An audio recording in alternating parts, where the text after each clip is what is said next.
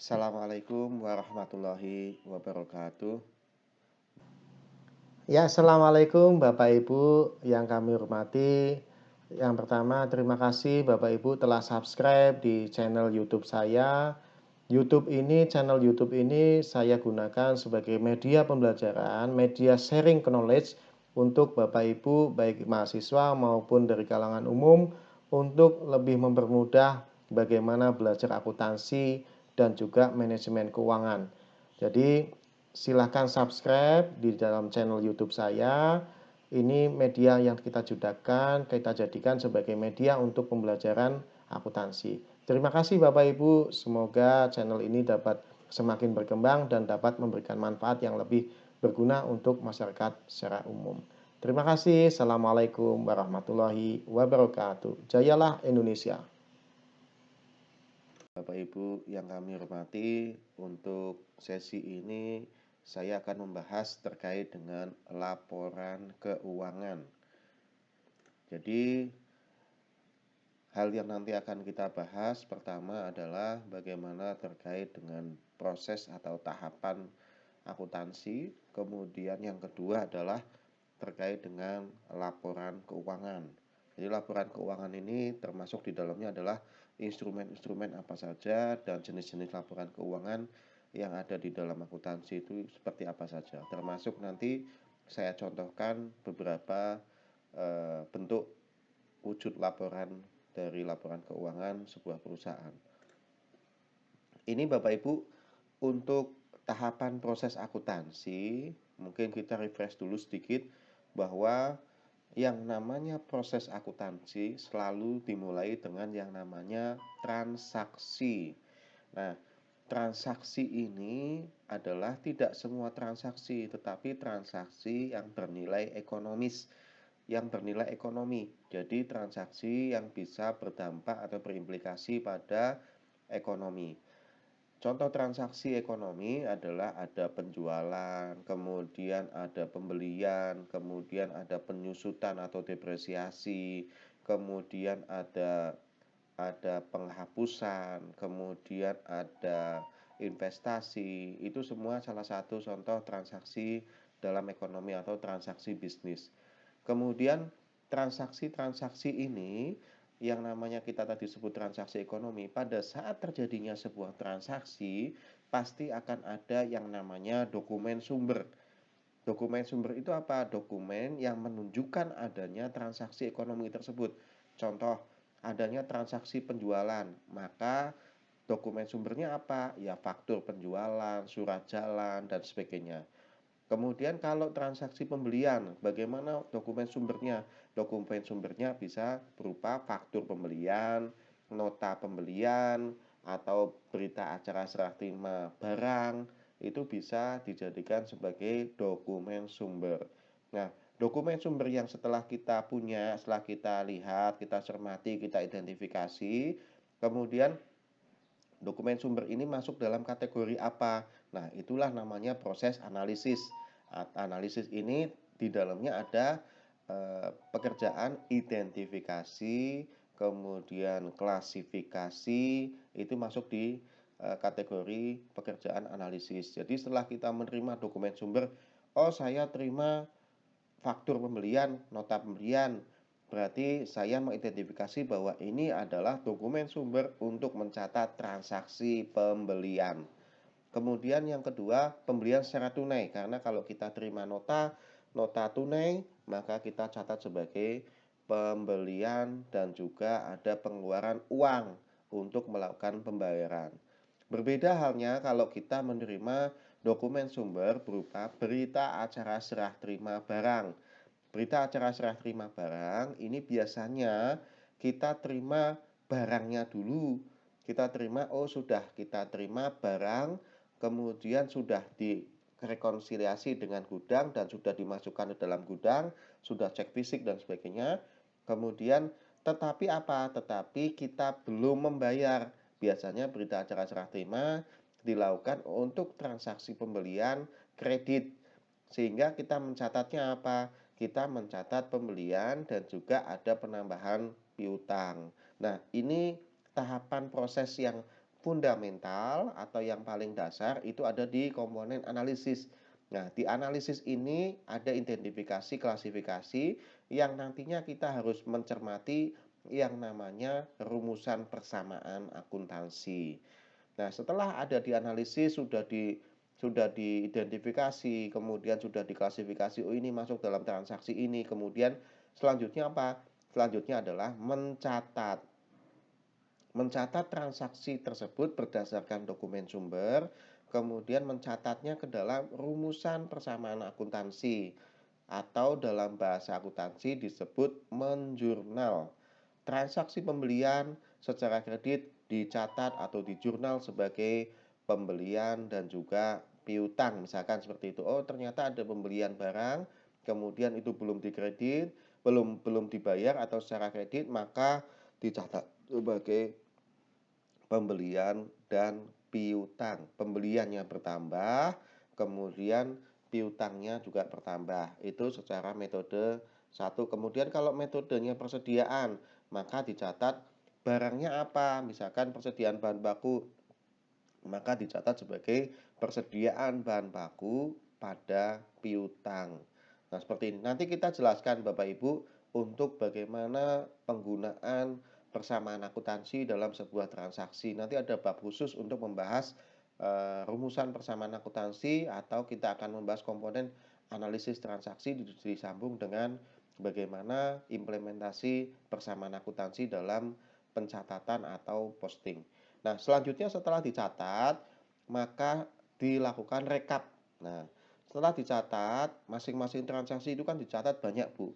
Bapak Ibu. Jadi ada penjualan, pembelian, kemudian pembelian tanggal 1, kemudian pembelian tanggal 3, pembelian tanggal 4, dan seterusnya selama setahun. Maka transaksi pembelian atas suatu barang itu kan banyak. Dan pembeliannya pun barang tersebut tidak hanya satu jenis. Ada yang kategorinya aset lancar berupa persediaan, ada yang kategorinya aset tetap itu berupa pembelian misalkan mesin, kemudian dan aset tetap yang lain. Maka perlu kita melakukan yang namanya rekapan. Nah, setelah masuknya rekapan ini, jadi kalau di dalam akuntansi yang namanya rekap dalam satu buku itu adalah posting ke buku besar. Jadi beberapa transaksi yang sejenis itu kita bukukan dalam satu jenis buku yang namanya buku besar. Nah, buku besar itu satu komponen buku besar itu berisi hanya satu akun. Misalkan satu buku besar pembelian, maka isinya adalah semua transaksi pembelian. Pembelian apa? Misalkan pembelian persediaan. Berarti satu buku itu isinya hanya semua pembelian persediaan. Sehingga nanti di akhir akan kelihatan. Nah, di dalam buku besar itu ada kolom debit sama kredit, sehingga nanti ada penambahan atau pengurangan yang nantinya akan tertera di situ adalah saldo akhir. Sehingga akan lebih mudah Bapak Ibu nanti pada saat berapa sih sebenarnya transaksi pembelian persediaan kita, Bapak Ibu bisa lihat di buku besar. Oh, buku besar ternyata pada transaksi tanggal 1, 4, 5 ada transaksi-transaksi tersebut. Kemudian selama setahun itu berapa sih saldo persediaan atau pembelian kita itu berapa kali masuk dan keluarnya. Oh, ternyata 100 juta sekian misalkan seperti itu. Sehingga itu akan lebih mudah. Nah, setelah ada saldo akhir, ini kan akan lebih mudah. Misalkan pembelian ada saldo akhirnya sekian, kas saldo akhirnya sekian, piutang saldo akhirnya sekian di masing-masing buku besar. Nah, setelah itu tinggal dimasukkan saldo akhirnya, dimasukkan ke dalam neraca trial balance atau neraca lajur atau neraca saldo. Kemudian ini adalah dasar untuk nanti kita mencomot atau mengambil data-data di sini untuk dijadikan sebuah laporan keuangan atau laporan keuangan. Laporan keuangan terdiri dari apa saja? Setelah ini kita bahas, ada 5 komponen laporan keuangan. Jadi kalau kita melihat proses akuntansi di sini, maka kita bisa memperhatikan bahwa hal yang paling vital di dalam akuntansi itu adalah dalam proses analisis yang pertama, kemudian yang kedua adalah dalam proses recording atau penjurnalan. Jadi dua komponen ini tolong Bapak Ibu dipahami secara betul bagaimana kita menganalisis sebuah transaksi, mengidentifikasi dan mengklasifikasikan transaksi bisnis, kemudian bagaimana sistem penjurnalannya berdasarkan persamaan akuntansi dan juga posting ke buku besarnya. Kalau Bapak Ibu sudah memahami secara jelas ini, insya Allah untuk proses selanjutnya, baik itu penyusunan neraca lajur, kemudian laporan keuangan, itu akan jauh-jauh lebih mudah.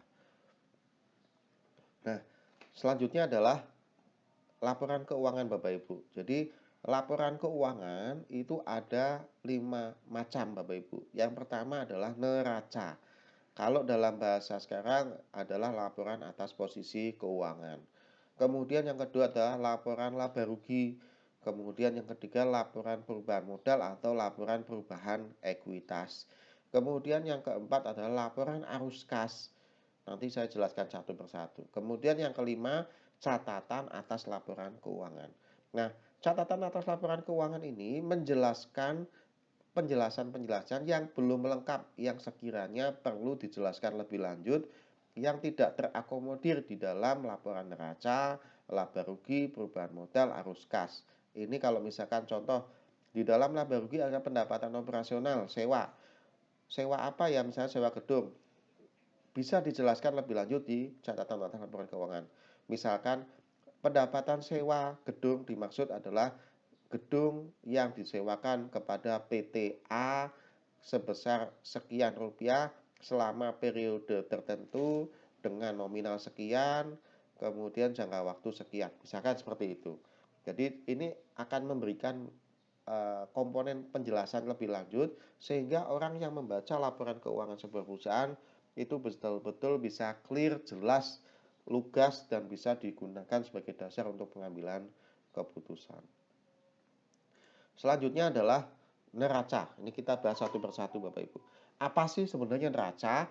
Neraca itu adalah menggambarkan posisi keuangan. Nah, posisi keuangan itu ada komponen sebelah kiri atau aktiva di debit dan sebelah kanan itu adalah kredit, sebelah utang dan modal. Nah, posisi keuangan perusahaan ini di dalam akun-akunnya, di dalam komponen-komponen laporannya itu menunjukkan berapa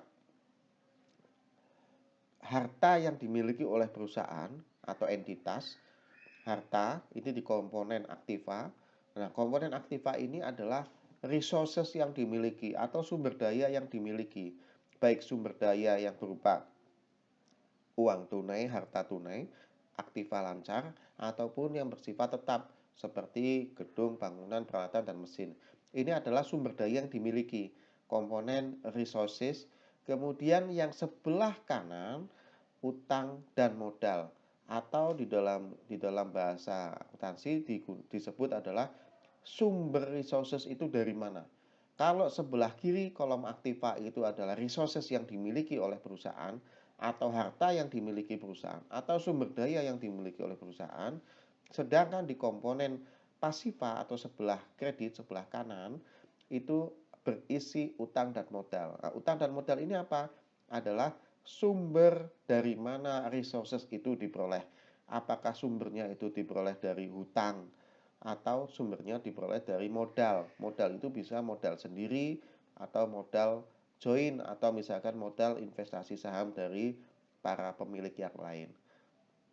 Kemudian itu satu Bapak Ibu. Jadi neraca itu menggambarkan posisi keuangan. Yang kedua yang digambarkan itu adalah posisi keuangan siapa? Posisi keuangan sebuah entitas pada saat tertentu. Biasanya satu periode pelaporan, yakni 1 Januari sampai dengan 31 Desember.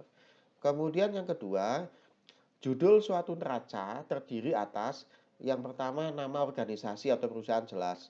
Kemudian nama laporannya neraca, kemudian periode pelaporan atau tanggal neraca. Bukan periode, tanggal neraca. Jadi pada saat tertentu kita memotret posisi keuangan perusahaan entitas itu kapan? Misalnya per 31 Desember. Berarti kondisi posisi keuangan perusahaan suatu entitas pada tanggal 31 Desember itu hartanya ada berapa, utangnya ada berapa, modalnya atau ekuitasnya ada berapa. Kemudian isi laporan neraca, maaf. Ada satu aktiva itu di kolom debit, kemudian liabilitas itu di kolom kredit, ekuitas di kolom kredit. Jadi kalau kita melihat di sini, neraca ini adalah sama halnya sesuai dengan konsep persamaan akuntansi. Kita lihat di sini di persamaan akuntansi. Nah, kita lihat setelah kita melakukan penjurnalan yang dilakukan apa? Trial balance. Trial balance itu adalah membuat laporan posisi keuangan. Laporan posisi keuangan, konsep laporan posisi keuangan menggunakan konsep persamaan akuntansi. Nanti kita lihat. Nah, ini isi laporan. Aktiva sama dengan liabilitas atau utang ditambah dengan ekuitas. Nah, aktiva itu apa Bapak Ibu? Aktiva itu adalah suatu kekayaan dari suatu entitas atau perusahaan yang dapat dinilai dengan uang. Yang dapat dinilai dengan uang, baik yang berwujud atau yang konkret, artinya bisa dipegang, maupun yang abstrak atau tidak berwujud. Contoh yang tidak berwujud apa?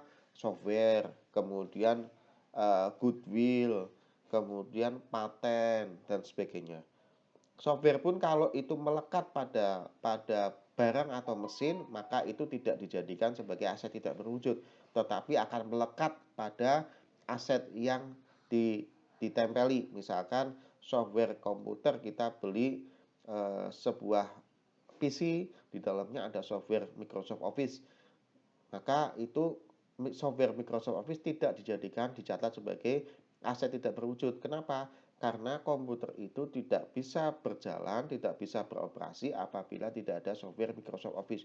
Jadi itu sebuah satu kesatuan, maka software dan juga hardware-nya itu dianggap sebagai wujud peralatan dan mesin atau aset yang berwujud. Tetapi kalau merek, paten, kemudian goodwill itu disebut sebagai aset tidak berwujud. Kemudian penggolongan aktiva, kita lihat ada aktiva lancar dan aktiva tetap. Di sini kita bisa lihat kalau yang namanya aktiva lancar artinya apa? Ini berurutan dari yang paling liquid. Liquid itu apa? Yang paling mudah dicairkan atau mudah dipertukarkan. Contoh kas. Kas itu uang tunai. Uang tunai itu mudah digunakan enggak? Sangat mudah. Mudah dibelanjakan, mudah ditukarkan dengan barang dan sebagainya. Itu sangat mudah. Jadi urutan di dalam aktiva lancar itu adalah dari yang paling liquid. Atas itu yang paling liquid, ke bawah semakin tidak liquid. Kas, kemudian piutang, wesel tagih, persediaan, biaya dibayar di muka. Yang paling liquid siapa? Kas. Yang kedua, piutang. Yang ketiga, wesel tagih. Yang keempat, persediaan. Nah, persediaan barang ini kenapa di posisi 4? Kenapa kok tidak di posisi 1? Karena untuk jual atau menukarkan persediaan barang dengan barang yang kita inginkan tidak secepat kita menukarkan dengan uang tunai atau kas, sehingga kas ada di posisi 1. Selalu kas ada di posisi 1 untuk aktiva lancar. Kenapa? Karena aktiva lancar sangat berurutan dari yang namanya paling liquid atau paling mudah ditukarkan, itu disebut sebagai aktiva lancar. Kemudian berikutnya adalah ada aktiva tetap. Nah, aktiva tetap ini apa? Yang paling tidak mudah ditukarkan. Jadi urutannya kalau yang tadi aktiva lancar yang paling liquid, maka untuk aktiva tetap adalah yang paling bersifat sulit untuk ditukarkan atau bersifat fix tetap. 1. Tanah bangunan. Kita lebih mudah menjual atau menukar bangunan, tanah dan bangunan, atau kita lebih mudah menjual peralatan dan mesin? Pasti jawabannya adalah akan jauh lebih cepat, lebih mudah menjual peralatan dan mesin daripada kita menjual tanah dan bangunan. Kenapa? Biasanya tanah dan bangunan itu tergantung dari lokasi, kemudian nilai bangunan, nilai tanah, kemudian juga ada harga yang mungkin bisa dilakukan negosiasi. Tetapi kalau peralatan dan mesin, satu, di samping harganya itu akan lebih terjangkau, kemudian sifatnya penggunanya mudah digunakan, dan juga peralatan mesin itu bersifat dapat bergerak. Misalkan kita jual mobil, pasti akan lebih mudah kita jual mobil daripada kita jual tanah. Tanah mungkin bisa juga lakunya kita jual sekarang, lakunya bisa jadi 1 tahun atau 2 tahun lagi. Tapi kalau jual mobil bisa jadi 1 atau 3 bulan itu sudah laku. Kemudian aktiva tetap, di dalamnya selain ada aktiva tetap berwujud seperti tanah bangunan, kemudian peralatan dan mesin, kemudian ada aktiva tetap tidak berwujud.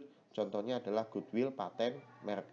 Nah, selain aktiva tetap berwujud, tidak berwujud, ada aktiva lain-lain. Nah, aktiva lain-lain ini biasanya isinya apa? Isinya yang tidak terakomodir di dalam tanah bangunan, peralatan mesin, atau tak berwujud. Atau juga dapat berisi barang-barang yang akan dihapuskan, itu dimasukkan dalam aktiva lain. Atau barang-barang rusak. Misalkan peralatan dan mesin. Oh, ini peralatan dan mesin ini sudah tidak dapat digunakan, sudah rusak. Maka tidak dicatat lagi di aktiva tetap berwujud, tetapi dia akan digeser di aktiva tetap, aktiva lain-lain. Nah, aktiva lain-lain ini isinya apa? Salah satunya untuk barang-barang yang rusak yang akan dilakukan penghapusan atau penjualan. Jadi seperti itu Bapak Ibu. Ada aktiva lancar, aktiva tetap. Nah, komponen neraca berikutnya adalah liabilitas atau utang. Nah, definisinya apa? Adalah sebuah kewajiban entitas atau perusahaan kepada pihak lain. Jelas, utang itu kan kewajiban kita untuk membayar kepada perusahaan lain atau entitas lain atau pihak lain yang harus dilunasi pada waktu tertentu sebagai akibat transaksi masa lalu. Jadi, kewajiban kita untuk melakukan pembayaran kepada pihak lain dengan resources sumber daya yang kita miliki, biasanya kas, kemudian atas dasar apa? Karena apa? Karena kita sudah melakukan transaksi masa lalu. Transaksi masa lalunya biasanya apa? Kita melakukan pembelian secara kredit, biasanya seperti itu. Nah, saat kita melakukan pembelian secara kredit, maka pembelian secara kredit itu dilakukan kapan? Pasti pada masa sebelumnya. Nah, itu dicatat sehingga kita akan muncul ada kewajiban untuk melakukan pelunasan atau pembayaran. Nah, itu adalah konsep hutang atau definisi hutang atau liabilitas. Kemudian penggolongan hutang Bapak Ibu, penggolongan hutang itu ada hutang jangka pendek atau hutang lancar, di mana hutang jangka pendek ini adalah hutang yang dilunasi dalam waktu kurang dari 1 tahun atau kurang dari 1 tahun atau dalam masa pelaporan akuntansi. Misalkan utang pembelian kita bayar pada tanggal 30 Desember atau tanggal November. Artinya utang itu dilunasi pada tidak lebih dari 1 tahun periode akuntansi. Periode akuntansi dari Januari sampai Desember. Nah, seperti itu. Jadi contoh hutang jangka pendek atau hutang lancar adalah hutang kepada pihak ketiga, wesel bayar, beban-beban yang masih harus dibayar, penghasilan yang ditangguhkan. Nah, penghasilan yang ditangguhkan itu apa? Contoh misalnya seperti ini. Bapak Ibu, pada tanggal 31 Desember, bank itu kan tutup jam misalkan jam 2. Nah, sedangkan setelah jam 2, Bapak Ibu kan masih ada pendapatan. Masih ada pendapatan yang diterima. Misalkan jam 3 ada pembayaran, ada penjualan ini, kemudian uangnya itu sudah ada Bapak Ibu. Nah, uangnya sudah ada, tetapi itu belum diakui atau belum disetorkan ke pihak bank, misalkan seperti itu. Maka itu diakui sebagai penghasilan yang ditangguhkan. Ini konsep-konsep lama Bapak Ibu yang masa ditangguhkan. Kalau sekarang dengan adanya SAK yang baru, maka tidak ada penghasilan ditangguhkan. Semua penghasilan yang sudah tercatat di entitas atau perusahaan, maka itu akan dicatat sebagai pendapatan. Itu ada yang namanya sekarang ada konsep subsequent event. Jadi ini artinya event atau transaksi yang terjadi setelah masa pelaporan akuntansi terjadi. Jadi misalkan itu diketahui transaksi itu pada tanggal 2 Januari, tetapi 2 Januari itu menunjukkan bahwa itu sebenarnya transaksi tanggal 31 Desember, maka itu dimasukkan di dalam laporan keuangan periode berjalan tersebut, periode yang lalu. Misalkan tahun 2021, kemudian tanggal 3 Januari 2022, oh itu ada penghasilan yang seharusnya dicatat di periode 2021, maka itu dicatat langsung mengingat adanya konsep subsequent event. Artinya transaksi yang terjadi setelah masa periode pelaporan itu tetap dicatat. Kemudian hutang jangka panjang. Hutang jangka panjang ini adalah hutang yang periode pelunasan atau pembayarannya lebih dari 1 tahun. Contoh hutang hipotek, hutang obligasi.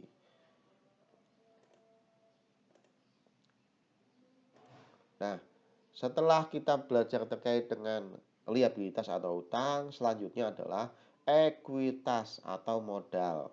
Nah, definisinya apa?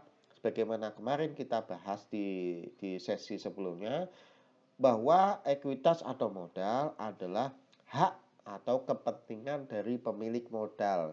Kita tahu bahwa biasanya di laporan neraca ditunjukkan modal tuan A, modal tuan A, tuan B, dan sebagainya. Itu menunjukkan adanya hak atau kepentingan pemilik modal di dalam sebuah perusahaan atau entitas. Nah, penggolongan modal ada perusahaan perorangan, sole proprietorship. Ini perusahaan perorangan. Biasanya modalnya ditulis modal Anjani misalkan, maka berarti itu adalah modal kepunyaan atau kepentingan pemilik Bu Anjani. Kemudian perusahaan persekutuan PT misalkan, biasanya ada partnership, ada modal tuan A, tuan B, nah seperti itu. Kemudian dalam perusahaan terbuka, perseroan, modal saham, biasanya ada modal saham, laba ditahan, dan sebagainya. Nanti kita akan belajar satu persatu. Nah, kita sudah mengetahui definisi, contoh, dan sebagainya, kemudian penggolongan dari akun-akun. Jadi yang tadi kita sebutkan adalah aktiva atau aset itu adalah akun, kemudian liabilitas itu juga akun, kemudian ekuitas juga akun. Nah, sekarang neraca. Neraca itu adalah artinya apa sih? Neraca itu adalah timbangan. Timbangan gambar posisi keuangan yang menunjukkan potret. Timbangan di mana aset ini adalah resources-nya, sumber daya yang dimiliki oleh perusahaan. Kemudian di komponen sebelah kanan atau sebelah kiri ini adalah sumber perolehan atau sumber yang digunakan untuk memperoleh sebuah aset. Jadi aset ini adalah resources yang dimiliki oleh perusahaan, ini adalah sumber yang digunakan untuk memperoleh aset. Asetnya sebesar ini, diperoleh dari mana? Dari hutangnya sebesar ini, ekuitasnya sebesar ini. Ekuitas ini adalah modal setoran pemilik sebesar ini. Misalkan asetnya ada 100, utangnya 20, modal sendiri atau modal pemiliknya ada 80. Jadi pasti akan imbang. Yang namanya neraca pasti akan imbang. Tidak mungkin neraca berat sebelah. Kalau berat sebelah berarti salah. Nah, contoh neraca seperti ini. Neraca PT Anjani Sukses misalkan. Gambar mudahnya seperti ini. Kas, tadi kita lihat aktiva itu ada kas, piutang, perlengkapan, kantor, tanah. Nah, urutan di sini ini adalah aktiva lancar. Kas, kemudian piutang, perlengkapan kantor, kemudian tanah adalah aktiva tetap. Ini urutannya. Dari yang paling liquid, aktiva lancar, kemudian disambung aktiva tetap, tanah, bangunan, peralatan mesin, dan sebagainya. Nah, misalkan di sini nilainya 100, maka di sini pun nilainya wajib 100. Hutang usaha nilainya berapa, kemudian modal Geigilen berapa. Ini modal Geigilen misalkan partnernya dari PT Anjani Sukses atau pemilik dari PT Anjani Sukses. Jadi ini gambar contoh neraca perorangan sederhana atau gambar neraca perusahaan sederhana. Kemudian selanjutnya adalah ini contoh gambar neraca untuk perusahaan yang lebih kompleks. Jadi atau perseroan. Ada di sini ada aktiva lancar. Kita lihat di sini ada kas, wesel tagih, piutang, dan sebagainya. Kemudian ada investasi. Investasi ini misalkan periode akuntansi untuk investasi dalam satu periode akuntansi lebih dari 3 bulan. Misalkan dalam saham, dalam obligasi. Kemudian aktiva tetap. Jadi bisa lihat aktiva tetap berwujud tanah, bangunan, mesin, inventaris. kemudian aktiva tidak berwujud, goodwill, paten, dan merek dagang. Ini bisa kita lihat sama seperti yang tadi saya utarakan di awal, aktiva lancar sama dengan pasiva. Pasiva itu apa? Sumber yang digunakan untuk memperoleh aktiva. Hutang jangka pendek, ada utang dagang, wesel bayar, biaya dibayar di muka, penghasilan diterima di muka, dan sebagainya. Biaya masih harus dibayar, penghasilan diterima di muka. Kemudian hutang jangka panjang, hutang hipotek, pinjaman obligasi. Nah, modal, ada modal saham dan juga laba ditahan. Ini contoh neraca untuk perseroan yang lebih kompleks.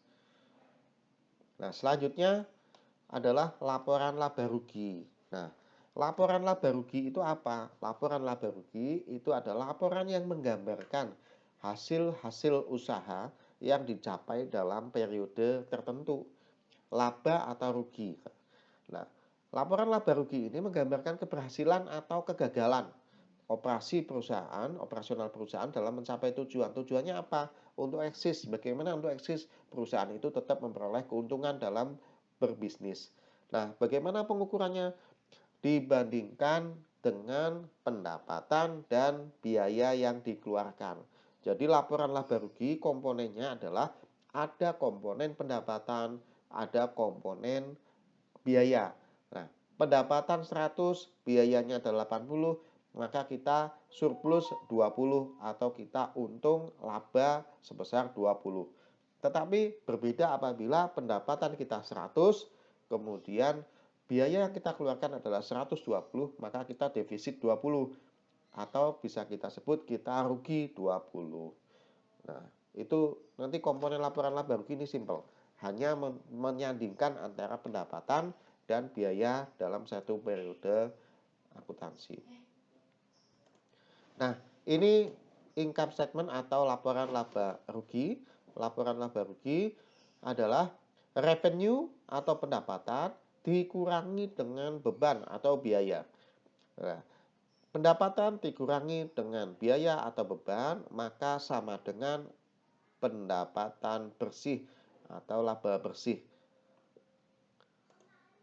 Nah, laba rugi di dalamnya ada akun-akun. Kalau tadi dalam neraca kita mengenal adanya akun aset, liabilitas, dan ekuitas. Nah, sedangkan di laba rugi kita mengenal akun pendapatan, akun biaya atau cost, dan akun laba atau rugi.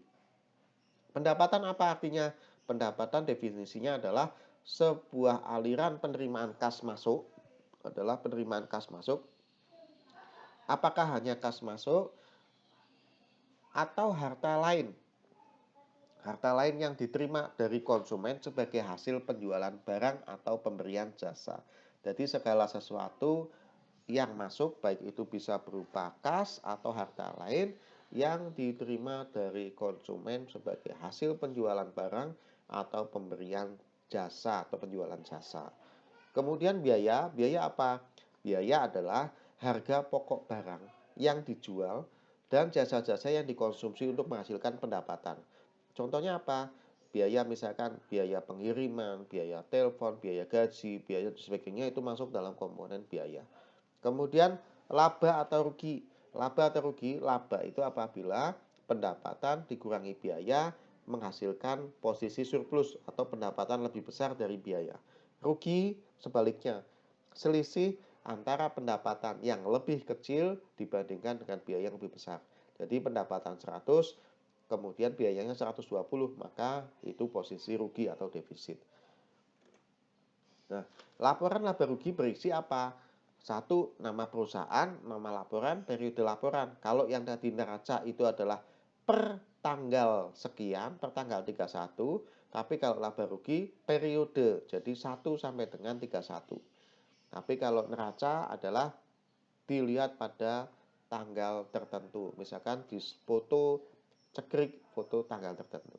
Isi laporannya apa? Menunjukkan ada akun pendapatan, ada akun biaya, dan ada akun laba atau rugi. Ini namanya akun. Nanti kita akan belajar mengenai akun pada sesi selanjutnya. Nah, ini contoh laporan laba rugi sederhana. PT Anjani Sukses ada pendapatannya 100, bebannya misalkan 60, maka laba atau rugi sebesar 40. Nah, pendapatan di sini sebenarnya ada rinciannya Bapak Ibu.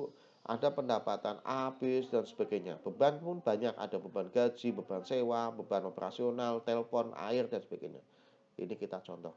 Nah, ini secara lebih lengkap PT Anjani Sukses laporan rugi laba untuk periode yang berakhir tanggal 31 Desember 1997 misalkan.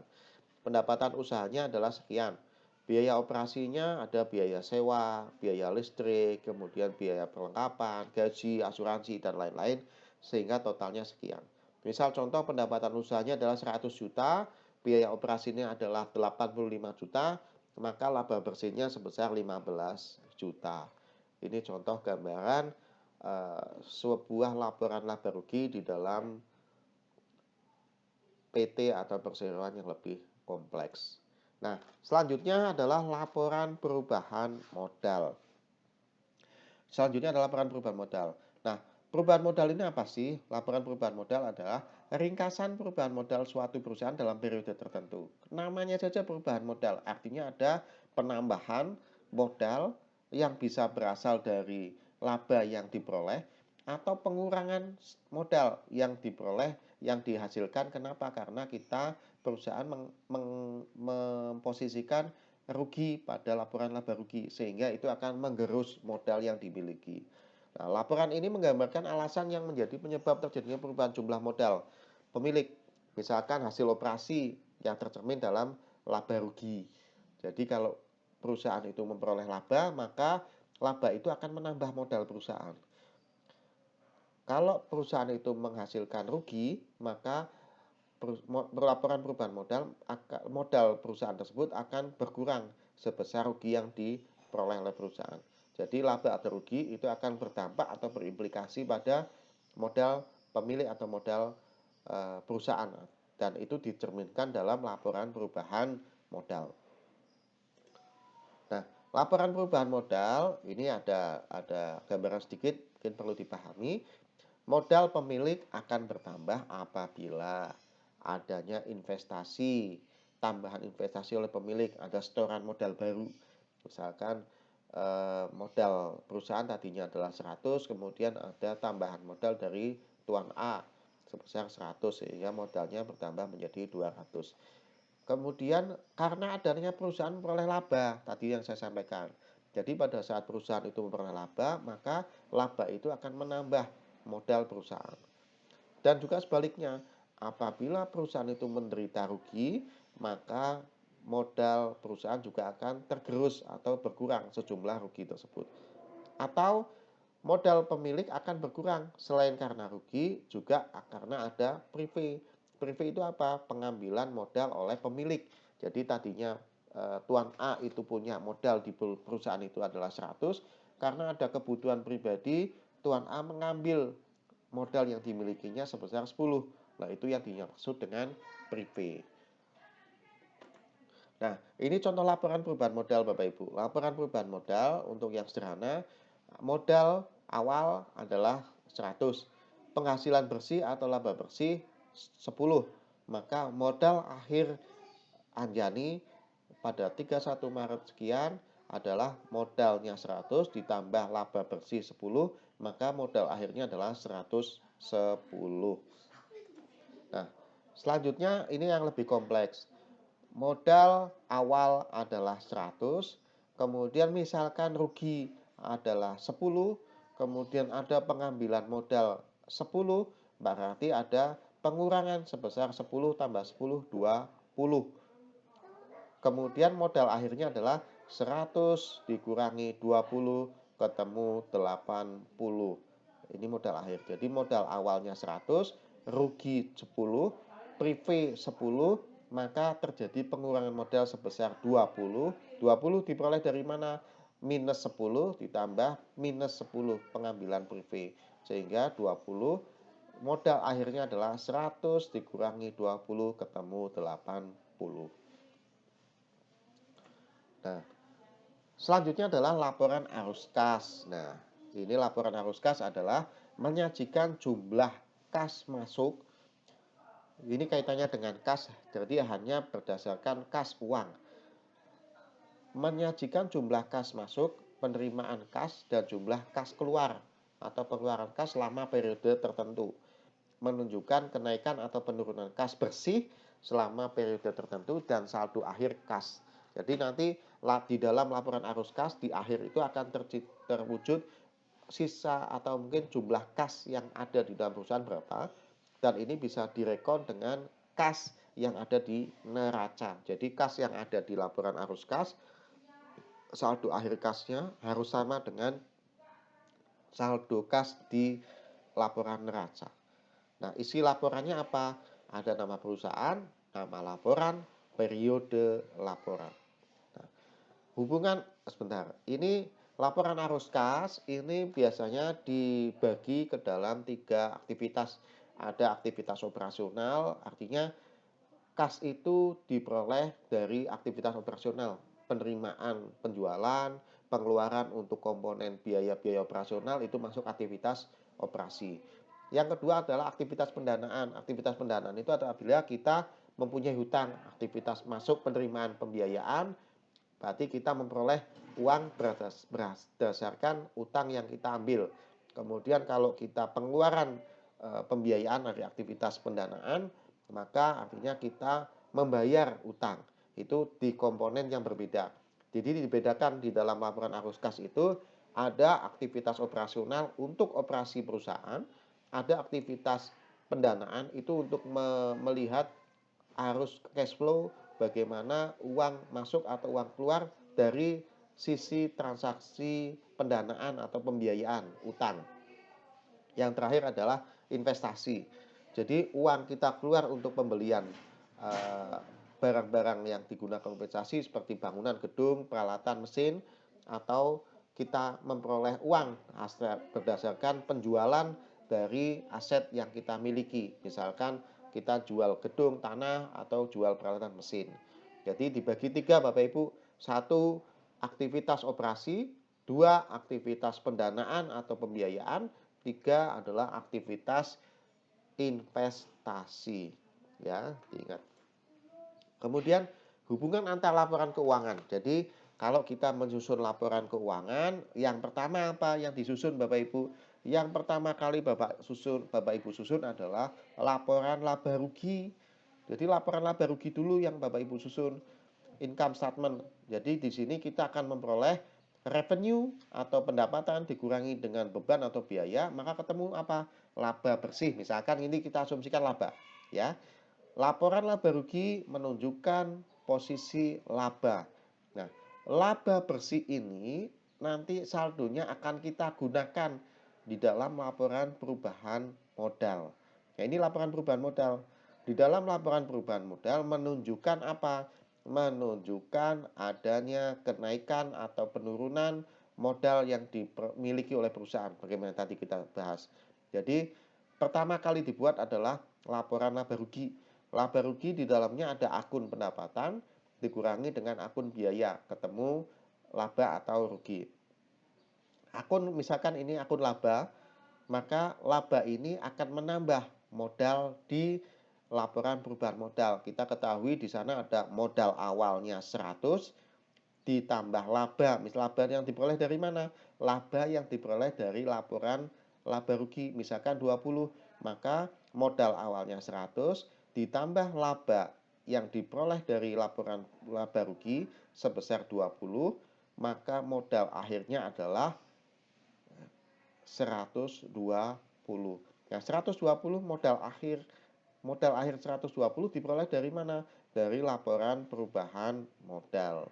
Nah, modal akhir yang ada di dalam laporan perubahan modal itu akan digunakan di dalam laporan neraca di dalam komponen modal. Jadi ini ketersambungan atau keterkaitan. Kita nyusun laba rugi, outputnya adalah laba. Nah, laba ini akan digunakan di dalam laporan selanjutnya yaitu laporan perubahan modal. Laporan perubahan modal isinya apa? Modal awal ditambah laba. Laba ini diperoleh dari laporan laba rugi. Kemudian ketemu modal akhir. Nah, output dari laporan perubahan modal ini berupa modal akhir akan digunakan dalam laporan neraca. Nah, laporan neraca kita lihat tadi ada aset, ada utang, dan modal.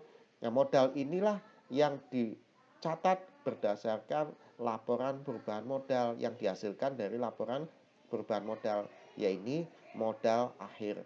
Misalkan modal akhir di dalam laporan perubahan adalah 120, maka 120 ini akan dicatatkan sebagai modal di laporan neraca sebesar 120 juga.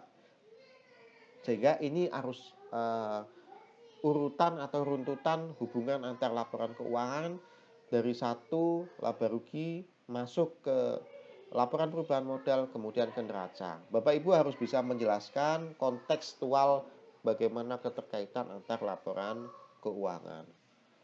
Demikian Bapak Ibu materi untuk laporan keuangan dan juga keterkaitan antara laporan keuangan. Semoga apa yang saya share di sini bisa bermanfaat untuk Bapak Ibu. Demikian, terima kasih. Assalamualaikum warahmatullahi wabarakatuh.